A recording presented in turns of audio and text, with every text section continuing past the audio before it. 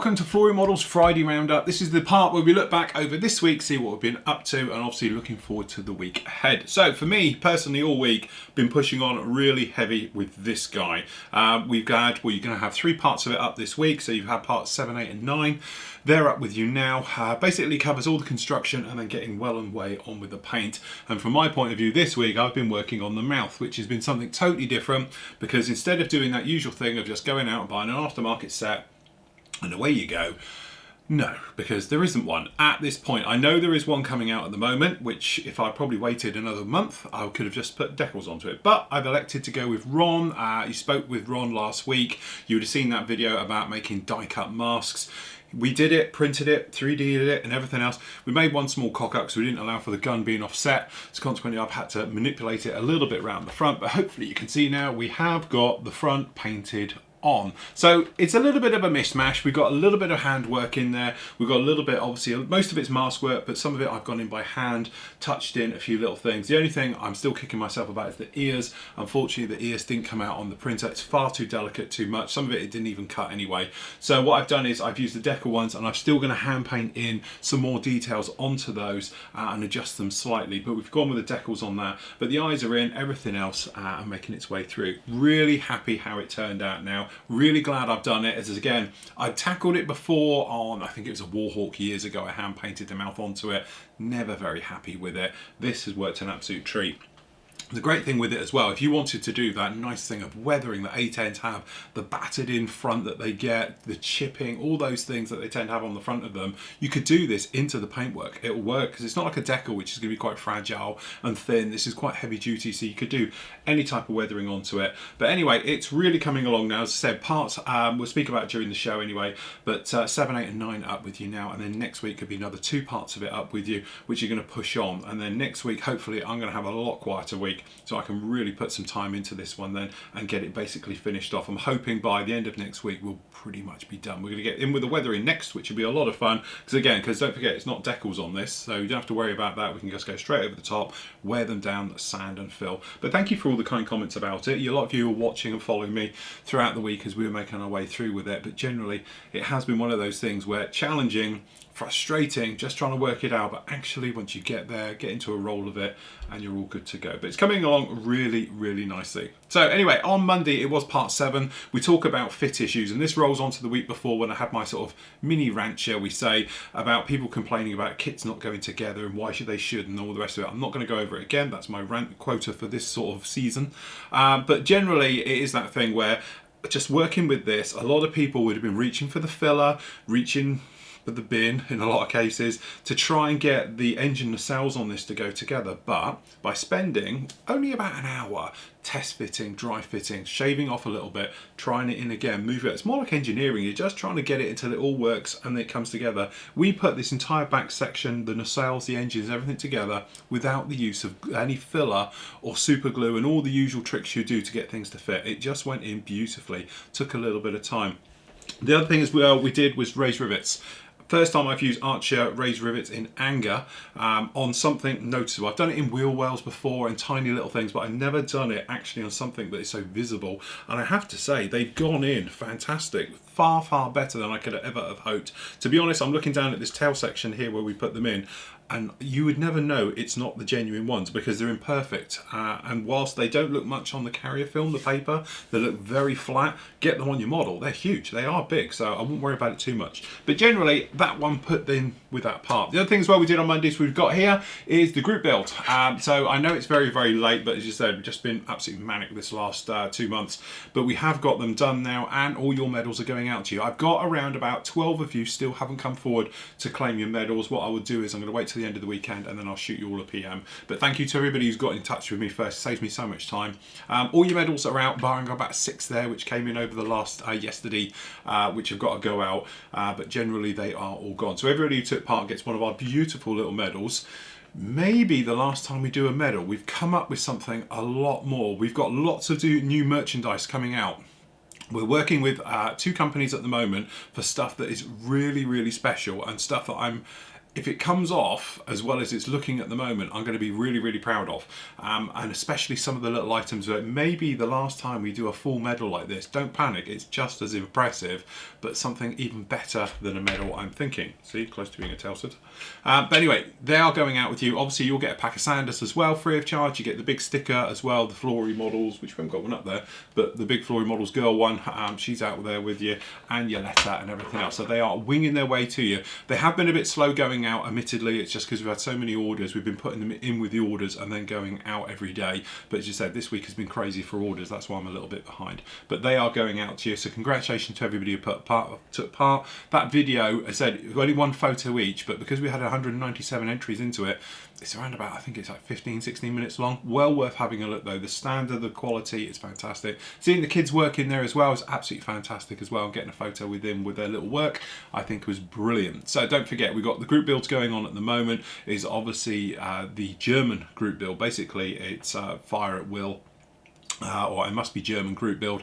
Loads of scope on that. I'm going to be talking about that a little bit later with my next entry coming up to it. I'm going to put 2 builds into that one as well. So definitely well worth having a look down on those. Tuesday was Tool Tuesday. I said I wasn't going to do it every week. I know Bob was like, where is it? I can't do these things every single week. I have a life. But we managed to do Tool Tuesday, and that basically spoke about this entire area around here. I had loads of comments on this one, which we'll go through. A lot of them were saying about, you know, why having 2 spray booths. I think I explained that during the thing. It's so I could get a light and camera. Hopefully that got rid of a few of those questions. But generally, all this entire section as a whole. So we went through everything from compressors to actually spray booths, to airbrushes, to the lighting, to the chemicals I use. And we went through the cupboards above, which as you saw was a little bit of a dumping ground, and the ones below and things like that. A couple of questions that came up was Lee says, let me grab it, about having a fire extinguisher. I do. Funnily enough, I don't keep it over here because if anything's going to catch fire, it will be this area. But we do have 2 fire extinguishers, so don't panic. We've got a CO2 one, and there's a normal foamy one over there as well somewhere, which is in the other room. But this one is kept by the door, so if you was to come in here, there'd ever be a fire, you could just grab it, or if a fire broke out here, I can just go and grab it. It is literally there. It's very open, easy to see. It's a big 2 kilo one. The other one in there's another 2 kilo one as well. So we are pretty well protected for fire and everything else. And to be honest, there is a smoke alarm just up there as well. So at night and things like that, we are all covered. So fear not. As I said, I didn't show it, and normally because the doors are open when we do sort of reviewing around here, you won't see the fire extinguisher, but it is there. It is a big one, and it is regularly checked and everything because of insurance. So yes, thank you for Lee, and I'll say a lot of you gave it, thumbed it up on Facebook as well over that one. So that was that. Right, Rand says bottle tops in your drawer. You saw this, you sneaky people watching as I'm going through this drawer down here, which has hoses and that. I also keep loads of bottle tops. Now, and he says, what do you use them for? To be honest, I use them for little mixing pallets. So it might be things like super glue. If you're doing quite a bit of super glue work, if it's just a little bit, I might put down a little tape, stuff like that. I used to always use Optone bottles. There you go, good example. There's one on there. But to be honest, bottle tops are great because you can make up little washes in there. You can make up obviously super glues, fillers, stuff like that. It just stops it going all over your cutting mat, and I always keep a drawer full. Nowadays, to be honest, I don't use as much as I did because as you would have seen on the paint look when we were going through the tool drawers, which are these pressed little aluminium dishes, which are great for making up washes and stuff like that, and that's what I tend to do now rather than making them in here. So I don't use them as often as I used to. I tend to just use those dishes, and super glue I tend to do on smaller parts, but that is what they're for. They're great for just making up little tiny mixes. Yeah, treat them like a little tiny palette. And as I say, because let's face it, they're cheap, and we drink a fair bit of beer here, so we always have a very nice collection, but I just keep them all the time, and then that way they're good to go, and you can just use them like that. How the hell do you pronounce that? Telescopier, yeah, okay, that'll do. Strange that modelers have lots of hairy brush sticks, but only one type of airbrush. I'm paraphrasing because he goes on a little bit more. What he's talking about is, we were saying about, you know, loads of brushes, and he was saying that you get the guys who use really expensive ones or the really cheap ones and everything else. As I took you through them, I just have a selection of a bit of everything. I treat them like terrible. I'm horrible to brushes. I don't care. That's it. They go hard. To be honest, I have these here that have all dried out and got rock hard, so they'll probably just get binned. That's because they're cheap. That's why I don't have expensive brushes. He's saying though about airbrushes, because obviously over here I'm going to have a selection all around the place. I've got various different types of airbrushes, but he's saying about how comes modelers have loads of expensive and cheap brushes but only one type of airbrush. Yet he was saying about, you know, technically you can use them all for doing different things and stuff like that. And I must admit, I do agree. I do keep obviously multiple airbrushes purely because I've acquired them over the years. I tend to have some for specific duties. I have two Infinities, and if you see these two, and there's a good example for them. I have two Infinities. One's an old one version, one's a CR+, but they're both to the CR+ standard now. One has got a bit of tape around it, one hasn't. The one with the tape around it is what I actually use for doing lacquer type work. So that will be using MRP paints through it and stuff like that. Very thin stuff. It's got a slightly tighter needle. It's a newer needle in there. The one that hasn't is what I use for acrylic, and to be honest, that's got Tamiya white in it at the moment, okay, from where we've been doing the shark's mouth. We need to clean them out. And that is it. That's what I use those for.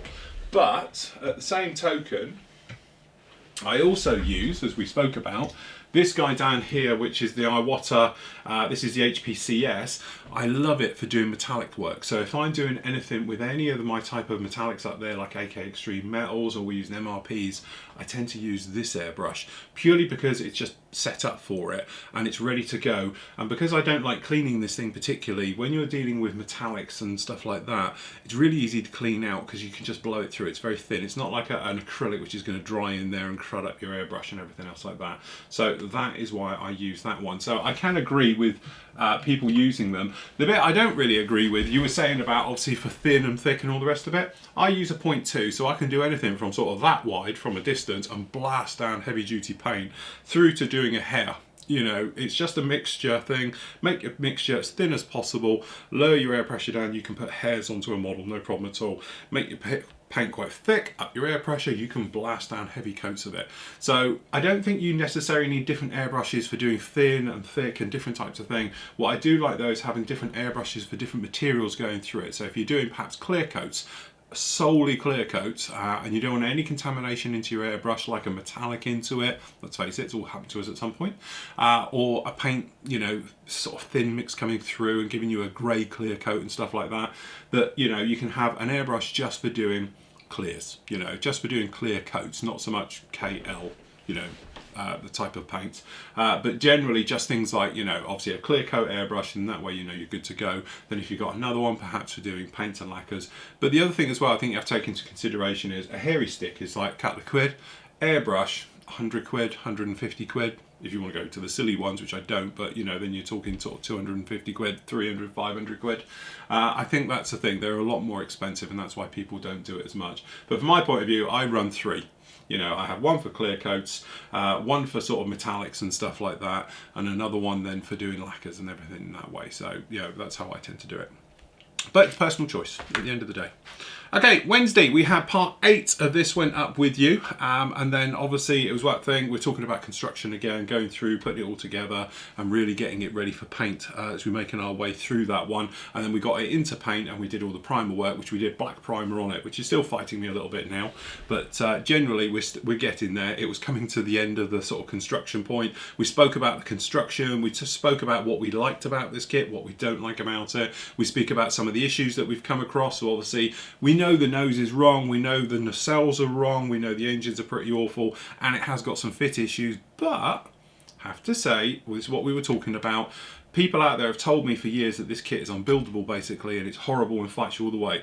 I have done nothing but enjoyed this from start to finish. It's all those little things. It's just like, whilst I know a lot of people get really annoyed that they put two bits together and they don't fit, with me it's more a case of, why isn't it fitting? Oh, a little bit of flash, sand that off, it goes together. To me, that's modelling. That's what I do for a living. Yeah, that is my job, all right? So I'm never going to moan about it. So from this point of view, I must admit, shapes issues aside, and you know, there's things that are wrong all over this kit, but I'm going to forgive it all because it looks like an A10.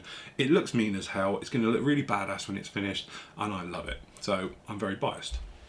So from that point of view, that was that one. The other thing we did speak about, which caused loads and loads and loads and loads and loads of feedback, which I must admit is probably our most talked about item, was shaken or stirred.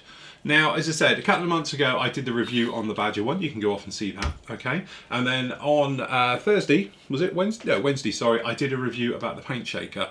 And I did some demos. And we got it down and we tried to mix some paints. And to be honest, where is that turquoise? Has it gone back? There we go. See, it's gone yellow on the bottom then. You guys who've seen the review will know.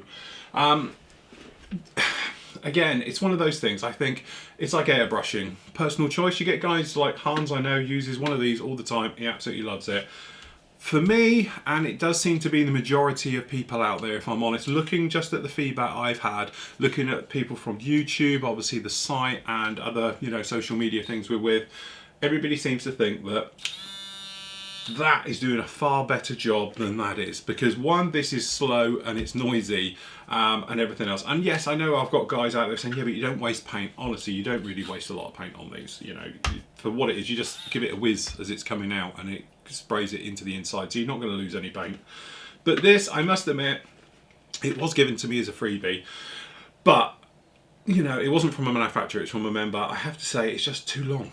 It just takes forever to get it to go. Whereas if you put in a whizzer in there, you can get that in there, put it right down in the business end, and then get that going. And if you have got a ball bearing like the MRP paints are, and that's flinging around there as well, you can do it within, 10 or 15 seconds. This, realistically, afterwards, I put it on to see how long it get rid of it. It didn't take that much long afterwards, so you were probably looking at maybe a 3 to 5 minute shake. But that's a lot of noise when you're listening to this thing going on, and I must admit, I have got it here. So when this is doing its bit, it does drive you slightly mad, I must admit, from that point of view. But I can see it having its place. It's just that thing. You get the guys out there and they're saying, what about if you're using a mixer, it's stirring, it's introducing air into your paintwork. My argument to that is your paint's about to be atomized. So I don't think putting air into it is necessarily going to be a problem. The only trouble you'd have, I think, is that if your paint starts to thicken up because you're generating more air into it, that could be an issue. But you're not stirring it long enough to start turning it into cream cheese. You're only giving it a buzz long enough to get it to sort of thoroughly mix right the way through. I think if you carried on too long, yes, you are going to whip the paint into some type of mousse, but it's going to take forever. Anybody who's ever tried to whip milk into a cream, how long that will take. So I don't think you're really going to worry about it. It's just from a noise point of view and a time point of view, and having to bolt this thing down because it's like off on its own little merry joint. It's not something where I could see myself using it all the time. But if I had a big bottle of paint and I needed to mix it up and I didn't have time to stand there, then yeah, I'd probably use that, because you could put that on, go off and do something else, come back, and then it's done. It's just that from my point of view, it is a lot of money for what it is. And I know Steve will tell you about his lady shaker, as I call it, his girly shaker. They do a nail version of these, which is battery and mains. A lot of you have said to me they're crap fill. Mine blew up after a couple of months. Obviously, Steve's still using his, and I presume he probably doesn't mix that much paint in it. But he was saying that his is 3 times cheaper than one of these. So again, it's just one of those personal things. It's like airbrushing. When we spoke about the airbrushes last week, you get people, they love the Robart paint shaker, they think it's the best thing ever, and they'll just continue to use it to the day they die, and that's what they do. You'll get other guys who use the Badger ones because that's the way it is, and it is the martini thing, shaken or stirred. Really, at the end of the day, they're both doing the same thing. It's just doing it in a slightly different way, and that's a preference thing. So that's up to the modeler. So there is no right or wrong. So whichever way you like it, it's up to you. But anyway, we spoke about that and it caused loads of things. It was great to get the feedback from you guys, because I had loads of people saying, oh, I love it and mine's gone on forever, and don't worry about the bands breaking because you can get replacement ones, but also just stick a rubber band around it or Velcro or something else like that and you're good to go. And then I had other guys who said they've had the Badger paint stirrer now for near 10 years and it's still working beautifully, and that's all they ever use, and they've tried both. So, but no, it was really, really nice to get that sort of both, that sort of sides of it. The other thing we had was obviously Hans showing off. He does have a very good OCD, and he was showing us cleaning his man cave. Now, in his defence, Oh no, actually, I'm just going to drop him in it. Is that if you'd seen his old cave, it was slightly different. Don't forget, he's only moved into there in the last few, what, 6 months has he been in there? A year? No, I don't think he's even been in there a year yet.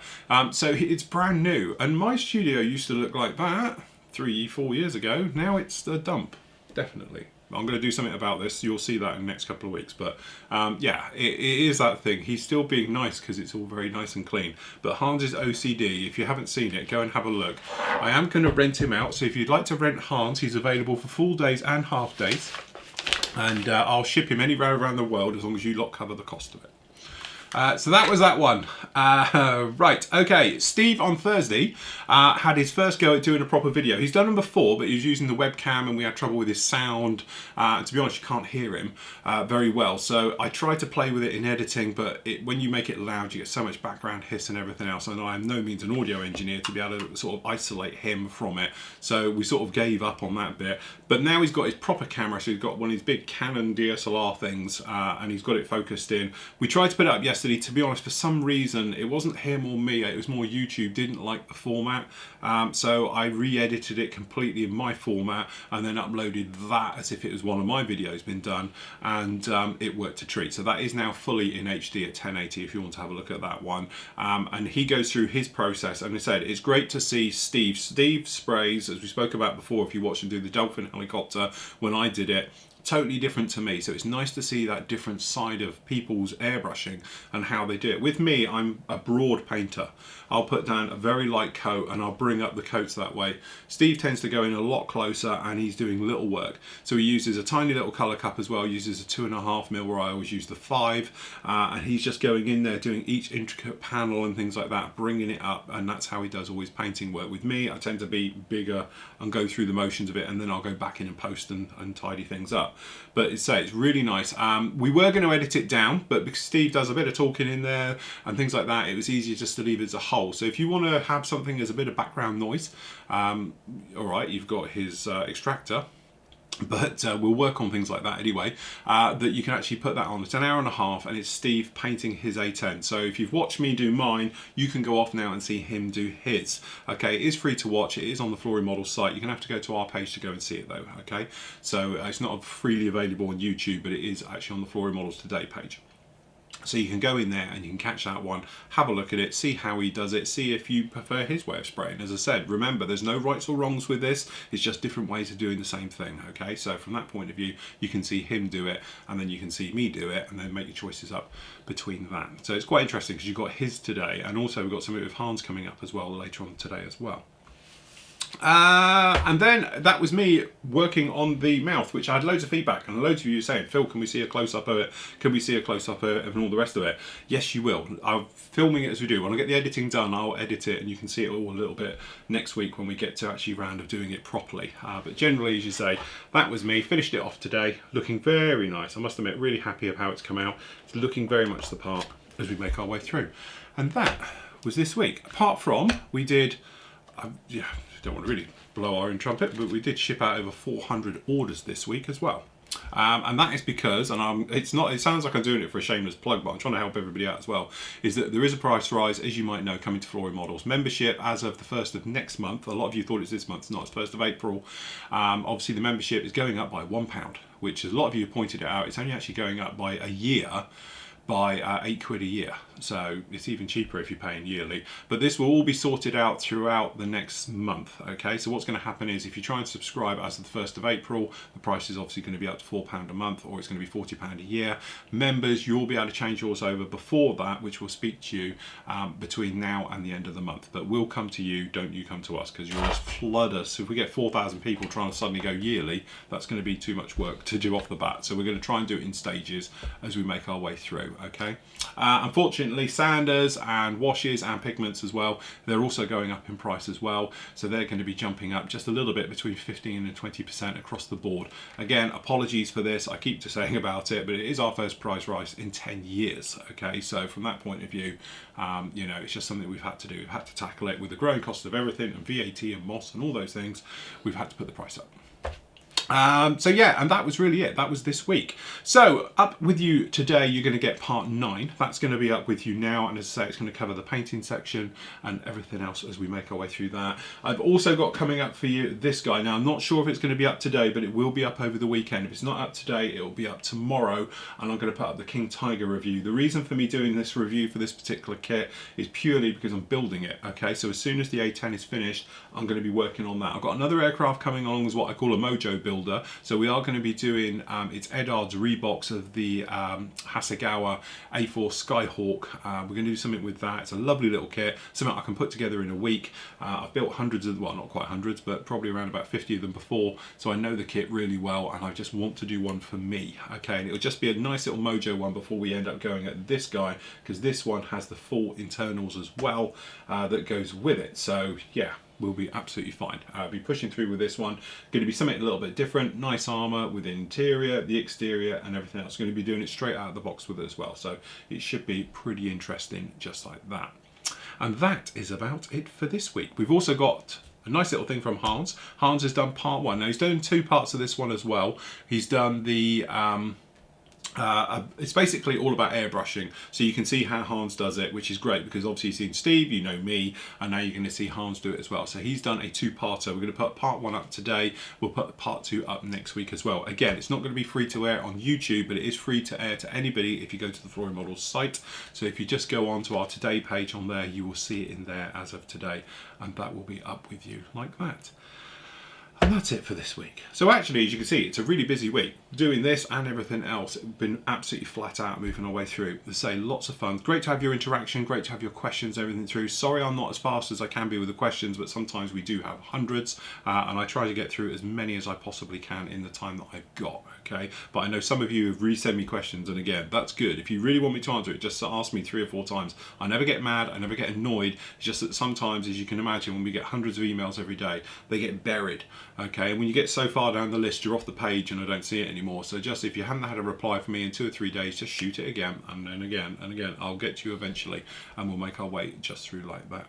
So there we go. That is it for this week. Congratulations to everybody who did the medals. As I say, they'll be out with you. If you haven't had yours yet, stand by. They are making their way. If you haven't had any orders yet, stand by. They're all on their way. They're all gone. They're all sorted and making your way through. If you haven't sent me your address for the medal yet, send it. If you have sent me the address, don't send me it again. It's on its way.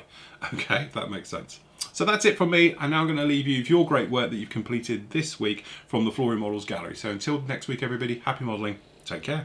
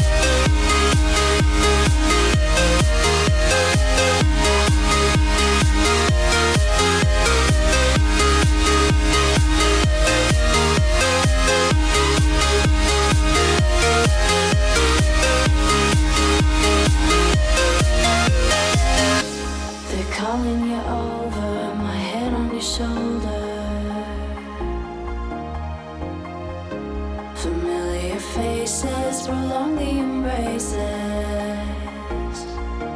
We were always one for the breakaway, but we're nearing chances to wake the day.